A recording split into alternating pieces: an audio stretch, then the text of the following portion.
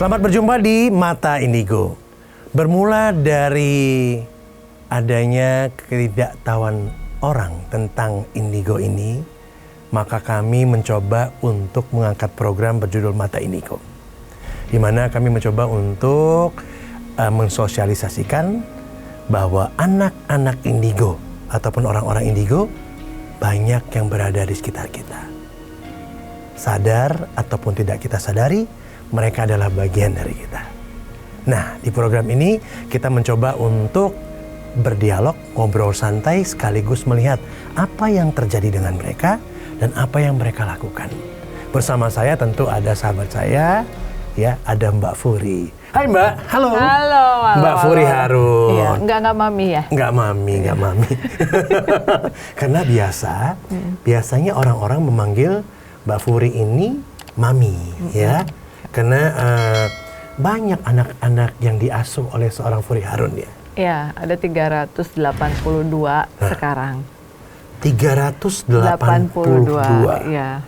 Sebelumnya 381, terus ada boneka baru lagi nenek, jadi 382. Jadi 382 ya. Akan bertambah lagi kelihatannya ya. Iya, insya Allah. Oke, tadi kita buka dengan nama judul kita nih, Mata Indigo. Ini menarik sekali kan. Mata Indigo, pandangan orang mengenai indigo ini sendiri. Indigo ini apa sih Mbak Furi? Gitu. Iya. Jadi kalau indigo sendiri adalah sebuah gift ya, kemampuan seseorang yang diberikan langsung oleh Tuhan gitu. Nah, tetapi memang mayoritas mereka punya sejarah garis keturunan. Misalnya dari neneknya atau kakeknya bisa melihat dan berkomunikasi dengan makhluk astral. Atau mungkin dulunya buyutnya bisa baca atau meramal, akhirnya turun seperti itu. Jadi indigo itu keturunan? Mayoritas 90%, keturunan. tetapi ada juga yang kasus misalnya dia pernah mati suri, akhirnya dengan tiba-tiba pada saat usianya dia 40 tahun, dia mengalami mati suri, akhirnya dia bisa berkomunikasi dan juga melihat hantu, ada juga. Ya, jadi gini, kan di sekeliling kita banyak sekali anak-anak indigo ya. Ada orang-orang yang menganggap anak indigo itu di sekolah juga mungkin dibully dalam tanda kutip, terus kemudian dianggap aneh sekali ini itu.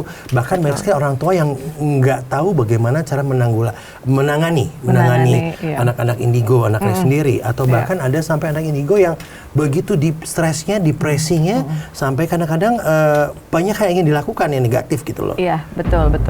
Jadi di tahun 2015 kemarin juga kita ada terima laporan anak kecil yang stres di Malang yang hampir melakukan bunuh diri pada saat itu. Jadi di situ kita mulai concern untuk bisa membangun komunitas, terutama untuk mensupport anak-anak kecil yang memang mereka memiliki kemampuan tetapi mungkin orang tuanya belum paham, belum mengerti.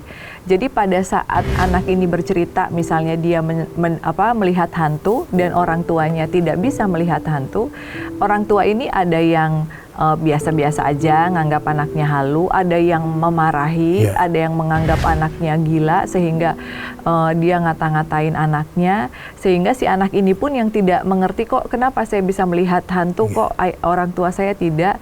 Akhirnya dia tidak mendapatkan support system dari keluarganya, bisa menjadi anak yang depresi atau anak yang pemarah kayak gitu.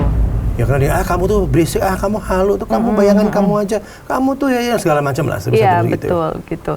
Jadi itu juga hal yang sebetulnya pada saat saya kecil juga saya alami ya. Karena saya paham bahwa kedua orang tua saya tidak bisa melihat dan tidak bisa berkomunikasi. Jadi saya juga baru paham bahwa ternyata itu diturunkan dari nenek gitu. Itu juga setelah saya SMP, saya baru bertemu dengan nenek saya. Jadi saya sangat paham gitu apa yang dialami oleh mereka, karena saya pun mengalami. Akhirnya itu jadi concern gitu. Gimana kalau kita memang bangun komunitas ini untuk support each other, karena sebenarnya kita butuh support system kayak gitu. Jadi mereka-mereka yang kebetulan mengalami hal yang sama, tentu tidak akan terulang kembali mengalami apa yang sudah dialami oleh teman-teman indigo yang sebelumnya pada masa kecil, kan? Betul. Ciri-ciri mereka apa sebetulnya gitu loh? Jadi kalau anak indigo ini punya ciri yang unik dibandingkan dengan anak yang lain. Ada yang cerdas, tapi ada yang introvert juga gitu. Biasanya memang mereka berperilaku jauh lebih tua dibandingkan dengan usianya, kayak gitu. Misalnya usianya dia 4 tahun tapi dia bisa nasehatin orang gitu. Lalu juga yang sangat spesifik adalah mereka kebanyakan memiliki tanda di tubuhnya yang merupakan tanda lahir dan unik. Biasanya ada yang warna merah, putih gitu tandanya kayak gitu. Dan itu dari lahir tuh terlihat jelas. Nah, biasanya ada beberapa orang yang bisa membaca masa lalu atau bisa past life regression, itu melihat mereka sebagai pribadi yang terlahir kembali dengan beberapa tugas di masa ini. Makanya yang dia belum terlahir terselesaikan di masa lalu gitu. Betul, makanya dia terlahir menjadi anak indigo yang sebenarnya dia bisa berkomunikasi melebihi usianya kayak gitu. It's a gift kan sebetulnya ya. It's a gift, tapi banyak juga orang yang merasa bahwa indigo ini nggak ada gitu. Ini tuh nggak ada, ini tuh halu gitu. Dan kita juga paham karena memang akhir-akhir ini banyak sekali marak orang yang ngebela-belain pengen indigo gitu. Karena konten. Karena konten atau mungkin mereka jualannya bisa kali. Enggak juga. Kadang mereka tuh ngerasa kalau bisa melihat hantu itu adalah sebuah hal yang keren. Sehingga mereka juga melakukan beberapa hal yang misalnya seperti membuka mata batin secara paksa atau melakukan ritual yang mungkin sebenarnya itu enggak pas, enggak cocok, sehingga akhirnya dia malah stres, keblinger gitu, malah enggak indigo gitu, malah jadi very emotional. Karena memang satu hal prosesnya juga bukan ke sana kan gitu kan. Iya. Jadi kalau kita disuruh bertanya kepada satu persatu anak yang memang terlahir indigo pada saat kita observasi, kebanyakan dari diri kita sendiri kita ingin terlahir sebagai anak yang normal. Karena memang tidak mudah untuk bisa menahan rasa takut, misalnya pada beberapa indigo yang memang bisa melihat hantu, itu kan kita harus ngepres rasa takut kita. Apalagi misalnya pada saat kita bertemu dengan orang dan orang itu misalnya ada bawaannya atau apanya yang kurang welcome, kita kan nggak bisa teriak-teriak atau nangis sembarangan gitu. Jadi memang banyak sekali tantangannya gitu jadi anak indigo. Dan kalau saya nggak salah, saya sempat research ya, bahwa anak indigo itu bisa dilihat dari warna auranya. Iya betul. Jadi orang itu kan ada 4 base ya, ada first base, second base, third base, and 4 base. Di 4 base-nya dia biasanya akan muncul warna aura sesuai dengan keadaan seseorang. Misalnya kalau dia mungkin agak sedikit sakit, biasanya tone warnanya agak drop, agak abu gitu. Kalau lagi falling in love agak ngeping gitu. Saya pink ya warnanya. Iya sih. Habis liburan mulu kan berjemur. Iya, kena pasir pantai ya kekemarin. Iya, betul. Nah, tapi di second base mostly anak-anak indigo warnanya purple. Oke, mostly jadi ungu. Nah, mereka biasanya untuk kita tahu nih indigonya dia masuk kategori apa. Biasanya kita lakukan pendekatan, kita lakukan observasi karena memang indigo itu kan terbagi dalam beberapa tipe gitu. Ya, tapi mostly mendekati purple. Iya. Nah, cara untuk mengeceknya bagaimana? Apakah si indigo bisa melihat dia purple juga melalui indigo ke indigo, atau ada alat khusus untuk melihat aura bahwa dia adalah indigo? Iya, kalau sekarang ini kan sudah ada beberapa orang yang memang foto aura. Saya pernah ikut foto aura misalnya. Bukan foto aura sih, lebih kayak dia paham tentang membaca aura dan akhirnya dia bisa memberitahukan warna aura gitu. Tetapi kalau si anak indigo ini memang tidak memiliki kemampuan untuk membaca atau melihat auranya dia bisa meminta referensi dari orang yang memang recommended, yang bisa dipercaya. Oh, yang seperti Mbak Furi bilang tadi bahwa indigo itu ada macam-macamnya. Ada macam-macam. Jadi nggak cuma satu ya? Nggak cuma satu. Jadi nggak ada indigo yang menguasai semua hal. Itu sebabnya kita harus bersatu, kita harus saling membantu, support gitu. Karena memang semuanya saling membutuhkan. Nah, tipe-tipe anak indigo itu apa aja ya, Mbak? Iya, jadi kalau tipe Mbak Furi kalau nggak salah, indigo, medium, interdimensional. Bisa ke dimensi lain. Iya, jadi terjemahan nih, saya cuma terjemahannya, iya benar-benar. Itu benar banget Mas Alvin. Jadi kalau medium itu ada 2, ada medium interdimensional, ada mediumship. Kalau medium interdimensional caranya dia berkomunikasi ya seperti kita berkomunikasi kebanyakan tanpa memasukkan arwahnya ke dalam tubuh kita. Nah, tapi kalau mediumship bisa memasukkan ke dalam tubuh kita, misalnya mau menyampaikan pesan dari si A gitu. Dia bisa memakai tubuhnya untuk bisa menyampaikan pesan. As a medium ya, media ya. Media, iya. Nah, ini cukup menarik deh, dan banyak kita dengarkan ya, banyak kita dengar gitu, ya kan, seperti ini kan, bahwa membiarkan dirinya untuk bisa untuk berkomunikasi sebagai media gitu loh.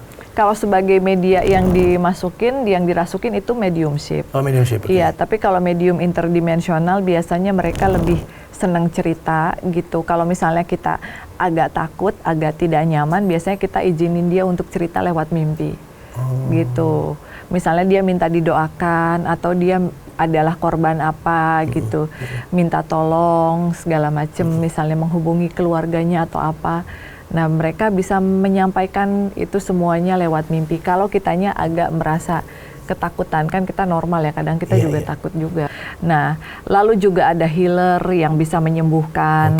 Jadi dia bisa merasakan tuh ya, ada energi negatif nih misalnya di Mas Alvin, terus dia doain airnya, dia bisa membantu penyembuhan. Gitu. Lalu juga ada yang precognition, bisa meramal masa depan. Nah, lalu juga ada retrocognition yang bisa membaca masa lalu, seperti itu.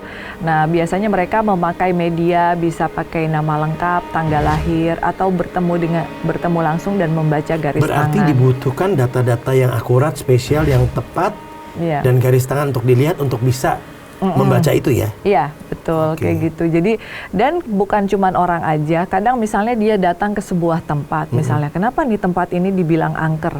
Kenapa tempat ini kok katanya bawa sial atau bawa kutukan? Nah, pada saat seorang retrocognition datang ke bangunan terbengkalai atau bangunan yang katanya ada kutukan, dia bisa berkomunikasi dan bisa melihat ada kejadian apa saja.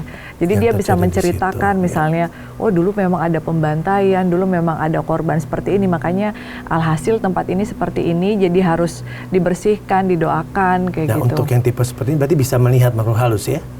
Bisa, kebanyakan retrocognition bisa. Nah, terus juga ada clairvoyance yang bisa mengetahui seseorang atau benda ada di mana di waktu yang sama di tempat yang berbeda gitu. Oh, enak juga ya itu? Iya, itu clairvoyance ya. Lumayan lah, one question berapa gitu. Iya, banyak dicari orang. Nah, lalu juga ada telekinetik, ya bisa memindahkan barang ke tubuh manusia atau memindahkan barang. Menggeser ya? Menggeser, seperti misalnya orang-orang yang bisa mengobati atau mendeteksi santet gitu. Lalu juga ada tipe absorber yang dia bisa menyerap. Jadi biasanya kalau absorber bekerja samanya dengan healer. Gitu, karena setelah orang menyembuhkan, mereka juga harus absorb supaya segala sesuatu yang negatif enggak tertinggal di dalam tubuhnya. Membersihkan ya. Betul, lalu juga ada psikometri juga gitu, kayak pawang hujan seperti itu, atau pawang hujan. Memindahkan sesuatu gitu. Mereka cenderung bisa menggerakkan benda melalui alam pikirannya. Misalnya gini, nggak boleh hujan nih, nggak boleh kayak begini misalnya, atau saya nggak mau ada benda itu di situ karena bisa mencelakai orang. Tapi pada saat pada saat dia pergi meninggalkan tempat itu, misalnya dia lupa. Nah, dia bisa menggunakan indera keenamnya dia untuk tiba-tiba memindahkan ke ujung. Misalnya ada paku, dipindahin ke ujung. Itu psikometri dan telekinetik bisa melakukan itu gitu.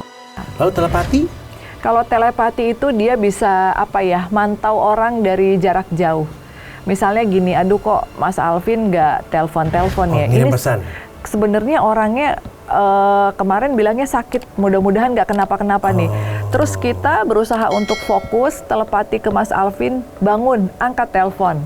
Nah, pada seorang yang bisa telepati, akhirnya dia bisa membangunkan si Mas Alvin ini, misalnya kurang tidur atau apa, sehingga tidurnya sampai siang, akhirnya kenapa ya kok bangun, oh lihat telepon deh, kayak gitu. Itu bisa dilakukan. Enak juga kalau punya pacar begitu ya, telepati. Dia nggak telepon. Kayak gitu. Memusatkan pikiran. Memusatkan pikiran. Iya. Mengirimkan pesan untuk orang ya. Tetapi sebetulnya orang-orang yang sensitif pun ya, sensitif tapi tidak indigo, sebenarnya bisa melakukan itu. Iya, di saat dia memang benar-benar pengen dihubungi oleh seseorang, kadang kan kita connecting. Frekuensinya sama. Iya, tiba-tiba kok kenapa ya pengen ngehubungin si ini gitu. Ternyata dia juga lagi pikirin kita, dia misalnya lagi kesusahan atau apa gitu. Dan yang terakhir adalah indigo premonition. yaitu anak indigo yang memiliki kemampuan untuk mendapatkan firasat atau penerawangan melalui media mimpi. Jadi yang healer, jadi maaf saya potong. Jadi dari 9 tipe-tipe daripada indigo ini tidak semua memiliki kekuatan untuk bisa melihat dalam bentuk. Iya. Gitu. Jadi biasanya yang bisa melihat dan berkomunikasi adalah anak-anak medium. Gitu. Nah, anak-anak clairvoyance biasanya lebih ke feeling, firasat gitu. Firasatnya tajam, dia punya ini kayaknya nggak oke. Tetapi kalau misalnya dia merasakan ada sebuah aura negatif atau makhluk negatif, dia cuman merasakan, dia nggak bisa mendeskripsikan kayak mukanya begini, ininya begini, seperti itu. Berarti satu sama lain membutuhkan yang lain ya, Mbak? Iya, satu sama lain saling membutuhkan. Jadi kita jangan merasa diri lebih tinggi daripada orang lain, karena seorang indigo pun pasti membutuhkan bantuan dari indigo lainnya gitu. Baik, dari 9 tadi yang sudah kita bicarakan satu persatu, dan mungkin kalau ada perlu nanti kita akan bicarakan kembali. Mbak Furi termasuk tipe indigo yang medium interdimensional. Jadi Mbak Furi bisa berdialog dengan seseorang dengan melalui mimpi. Enggak sih, sebetulnya secara langsung kadang pada sebuah tempat pada saat kita penelusuran kita bisa ngobrol. Tapi kalau ya mohon maaf agak-agak serem, agak-agak creepy, terus kitanya aduh gimana ya, mau nolak juga nggak enak, dianya pengen menyampaikan sesuatu, ya udah nanti malam ya datang ke mimpi, tapi nggak boleh serem ya, soalnya saya penakut gitu. Saya tapi ngomong bisa aja. berdialog dengan itu? Bisa, akhirnya nanti dia datang, cuman dia mungkin mukanya agak ke pinggir gitu, kayak di film-film gitu, cuman aku minta didoain.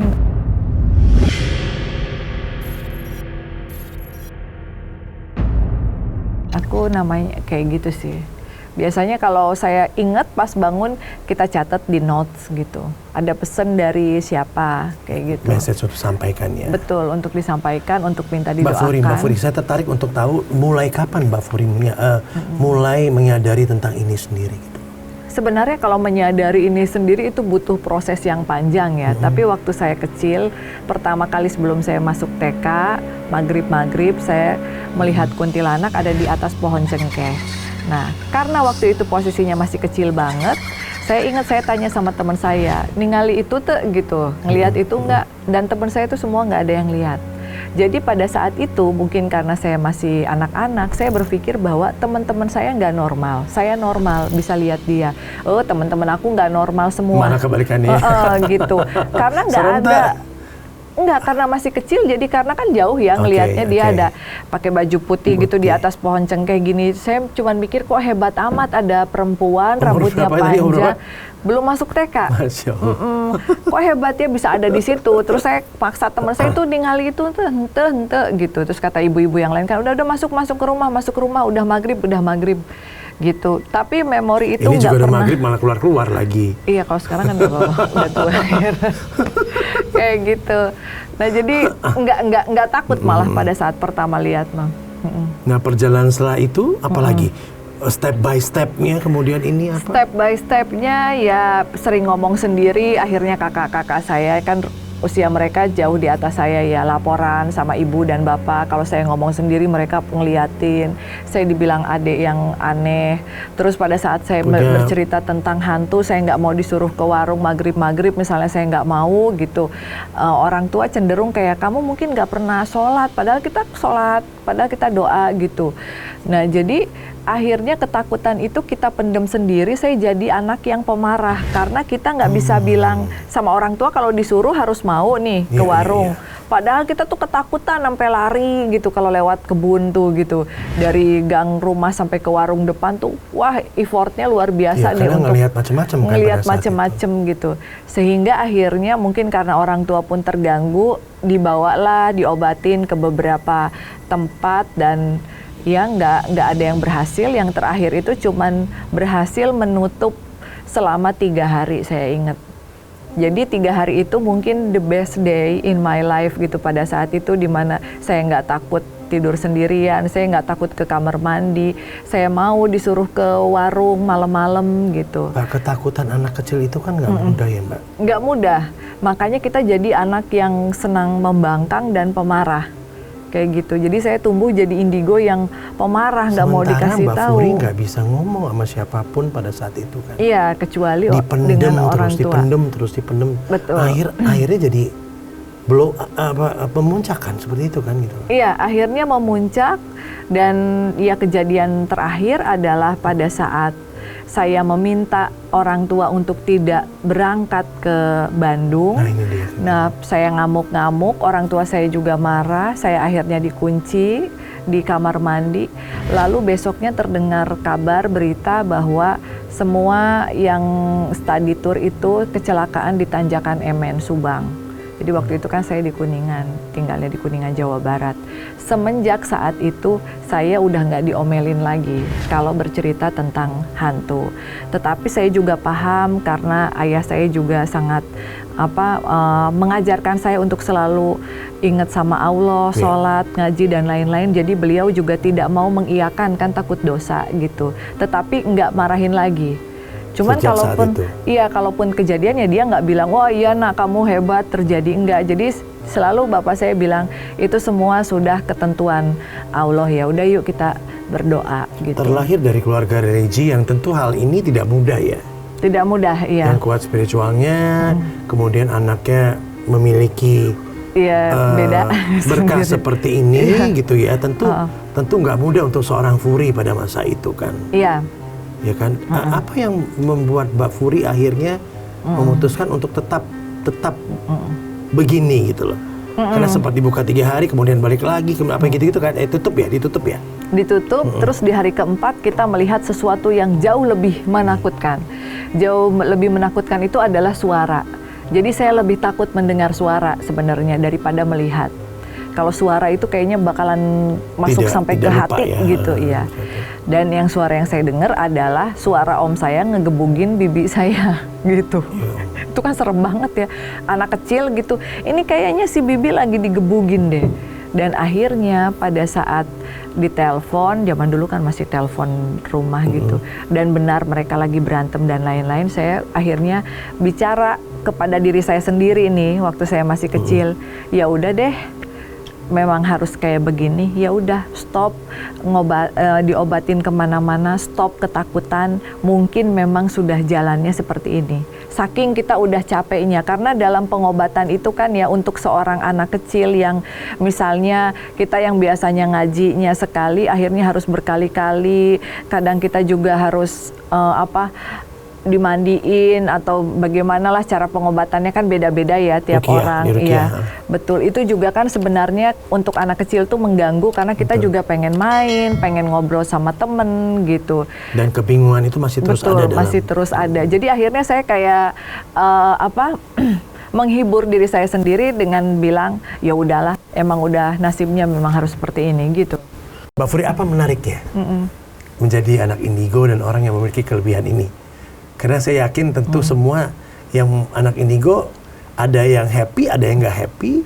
Nah, untuk membuat anak itu bisa senyaman ini dengan apa yang dia dikasih sama Yang Maha Kuasa kepadanya, itu seperti apa?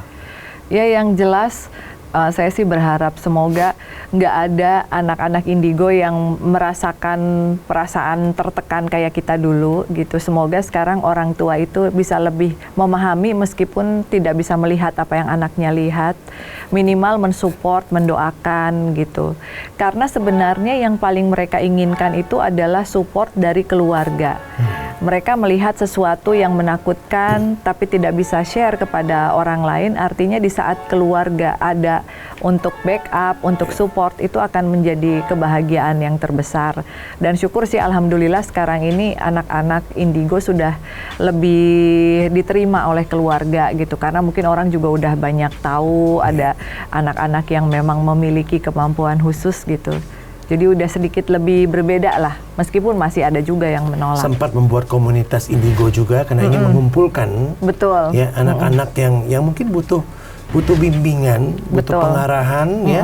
Itu sempat dilakukan, bahkan sempat menjabat sebagai ketuanya lagi ya. Betul, banyak banget itu pada saat itu, tapi akhirnya kita jadi Mungkin karena kebanyakan masing-masing punya tujuannya sendiri, punya ininya sendiri, malah tujuan kita untuk support malah nggak ada. Tapi kalau saya sih berharap ke depannya semoga memang ada satu wadah yang udah kita support aja.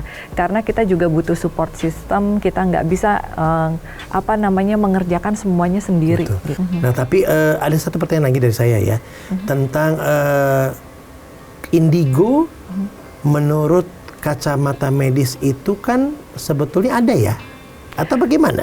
Jadi kalau kacamata medis saya kurang paham ya, tapi pada saat waktu itu saya pernah bertemu dengan salah satu psikiater yang memang pernah menangani banyak kasus anak indigo, ada 8 atau 9. Jadi dia mengkelompokkan kayak gini, anak ini misalnya diduga Down syndrome, anak ini diduga indigo. Nah, pada saat ada seorang anak yang diduga indigo, maka mereka dia akan meminta bantuan dari komunitas kita untuk observasi. Ini kayaknya anaknya bukan keterbelakangan atau mental illness nih. Tapi, orang tuanya kayaknya parno banget, tapi mungkin dia indigo. Coba deh diobservasi oleh orang indigo terdekat, misalnya pasiennya itu di Bali, ya nanti kita referensiin anak indigo yang ada di sana. Nah, untuk lebih lengkapnya lagi, coba kita lihat cuplikan berikut ini ya. Betul. Jadi sebetulnya indigo itu adalah sekumpulan perilaku-perilaku unik atau spesial dari seseorang gitu ya. Berupa apa? Adanya intuisi yang tajam, adanya kepekaan emosi yang tajam, kemudian adanya empati yang sangat tinggi, dan itu tergabung dalam yang kita sebut dengan kecerdasan emosional. Nah, jadi adanya kecerdasan emosional yang sangat di atas rata-rata untuk tingkatan anak-anak atau orang-orang seusianya. Kemudian adanya lagi gejala-gejala lain seperti misalnya tingkat spiritualitas yang tinggi, kemudian kemampuan-kemampuan dalam melakukan perencanaan, dan yang tidak kalah menarik dan seru yang mungkin masyarakat awam ingin tahu dan penasaran bahwa indigo itu sebetulnya diidentikan dengan hal-hal mistis. Mungkin karena intuisi yang tajam, kemudian kepekaan emosi yang sangat tinggi, jadi itu biasanya dibarengi dengan ada orang-orang atau anak-anak indigo tertentu yang bisa melihat dunia lain atau punya sixth sense lah, kira-kiranya seperti itu. Nah, ternyata secara medis pun ada ya? Penjelasan yang akurat ya kalau kita lihat ya, Mbak Puri. Betul. Karena kan sebenarnya di Indonesia ini komunitas anak indigonya banyak banget, gitu. Banyak. Seluruh Indonesia ya, deh? Iya, karena Indonesia juga adalah negara yang masih sangat percaya akan adanya nenek moyang, gitu. Kita juga masih sering sembahyang dan melakukan kegiatan-kegiatan yang bersifat spiritual juga. Jadi mungkin itu juga secara turun-temurun mempengaruhi anak-anak sehingga anak indigo di Indonesia tuh banyak, gitu. Dan kalau misalnya memang orang tuanya support, pasti dia bisa menjadi anak yang hebat yang bisa membantu banyak orang, gitu. Bermanfaat. Betul. Untuk kebaikan tentunya ya. Betul, untuk ada kebaikan. Tips buat ibu-ibu, orang tua di rumah, bapak-bapak, siapapun yang anak atau saudara atau family-nya ada yang indigo? Iya, jadi mungkin buat teman-teman yang punya anak atau saudara yang indigo dan bingung, misalnya mau bertanya kemana, kalian juga bisa komen mungkin ya di sini. Nanti kalau misalnya ada di kota mana untuk melakukan observasi, saya bisa minta tolong sama teman saya yang ada di sana untuk observe kayak gitu, supaya lebih yakin. Tapi pada saat anak menangis karena melihat hantu dan lain-lain, jangan dimarahi. Karena kalau memang betul anaknya bisa berkomunikasi atau bisa melihat, itu akan menjadi beban. Mereka nggak akan berani untuk cerita, takutnya nanti jadi depresi atau introvert gitu. Seru ya, kita dengerin obrolan dengan Mbak Furi. Dan kalau gitu di episode-episode berikutnya di Mata Indigo, kayaknya nih ya, setuju nggak? Saya akan ajak Mbak Furi untuk nemenin saya ngobrol. Terus kita explore tentang indigo ini melalui program Mata Indigo. Setuju? Setuju dong. Asik. Indigo juga kan? Ini juga harus diobservasi. Oke, terima kasih dan sampai jumpa di program Mata Indigo berikutnya. Bye. Bye.